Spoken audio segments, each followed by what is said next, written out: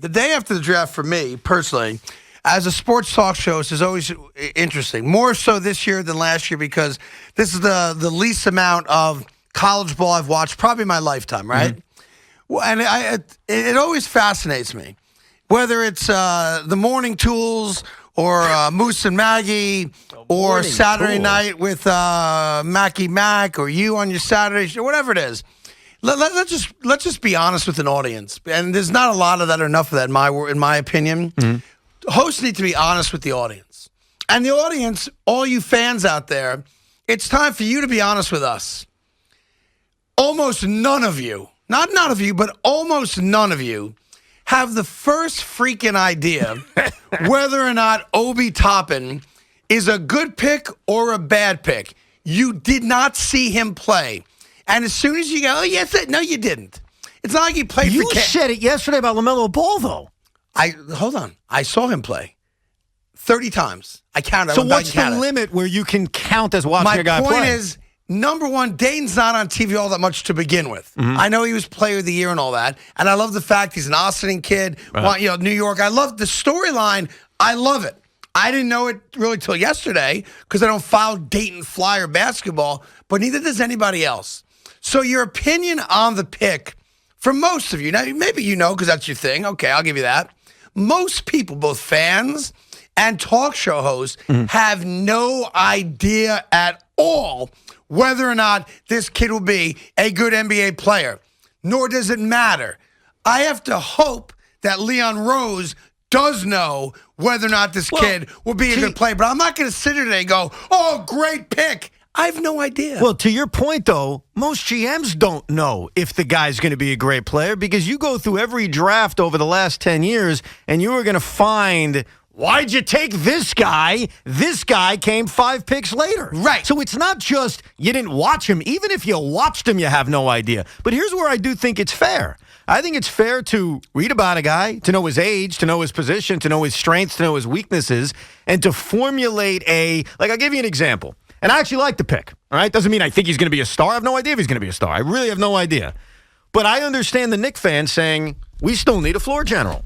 We still need a true point guard on this roster. Right. That's a fine view to have. I don't disagree with that. Okay. So I can understand a Knicks fan saying, hey, I don't know if Tyrese Halliburton's going to be a superstar. I don't know. But when Halliburton was sitting there at 8 and Toppin was sitting there at 8, I prefer Tyrese Halliburton. That's okay. You can have that opinion. Now, what's going to prove out is what type of NBA player is Obi Toppin going to be? I don't know. I'm not going to tell you I know. Yeah, just like we don't know about Halliburton. I'm with you on that. You could say as a Knicks fan, listen, we're desperate for a true point guard. I am. I get it as a Knicks fan. You could also say, listen, I know the type of system Calipari runs. Mm-hmm. I know the type of athlete that typically comes out of his program that gets drafted, and that gives me a feel for what type of guy I'm expecting just based on what Calipari does or any specific coach that you have some kind of affinity for. But I always hate this day. Unless I'm getting the number 1 pick and it's like the rare can't miss, the guy's going to be a stud pick. And even then you don't know. Which I don't know that this draft had that. No, it did not. That being said, I turn on the radio, it just makes you want to turn it off. And I hate that. It's like you have I'm not going to lie to the audience today and go, I know that Emmanuel Quickley is going to be a good NBA player. I don't. I'm not going to lie to the audience and tell you I've seen a single full college game that Obi Toppin has played. Now, like I've always said, I'm a passenger on an airplane. I want the pilot to do well. I hope that Leon Rose and Worldwide West got it right. Fingers crossed.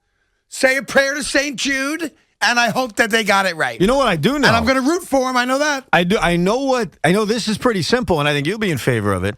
When the Knicks made a trade earlier in the day, and they traded 27 and 23, or 27 and 38 to get to 23. Right. And then later traded 23 for 25 and 33. Here's what I know. Yeah. They traded 27 and 38 for 25 and 33, and that's a steal. That's what I know. That's a guy that knows what he's doing. That's some Leon Rose magic right there. But I'll tell you something that ticked me off last night. I'm about to defend the Knicks. I think you'll appreciate it.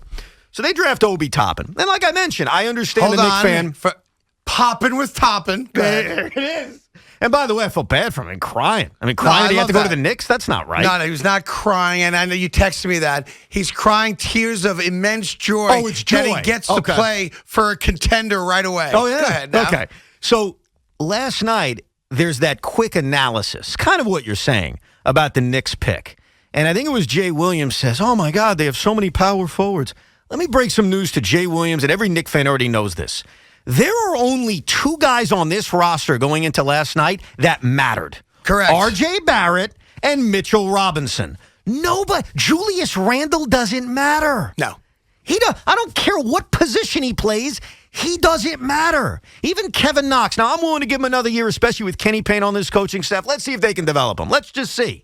But outside of R.J. and Mitch, don't break down the roster and say they've got too many fours. No, it's not as if the Knicks are sitting on 7 great players that were just trying to fit one little teeny hole. No, you're trying to get the best available player. That's right. what you're trying to do. And we're going to find out. And I'll give you a piece of good news about Obi Toppin, and this was out without watching him. Because he's older. He's actually older than 5 guys on the Knicks roster. I think he'll be 23, right? Yeah. This year? Yeah. This season at least, right? I think that means you're going to find out quickly what kind of player he is. Yeah, When he's you not an drafted- 18-year-old kid. He's not coming in like Barrett came in, for sure. You're Right. not drafting a project and hoping that you can develop him. Now, they've certainly improved their coaching staff where development should be better than it was the last 3 or 4 years. But I think immediately we're going to find out if this kid can play. Say this, I think, again, not knowing if either one of these guys will be a productive player or a legitimate 10-year NBA player or bring us back to the promised land of almost getting to the playoffs, I will say this. It does appear that Leon Rose is competent.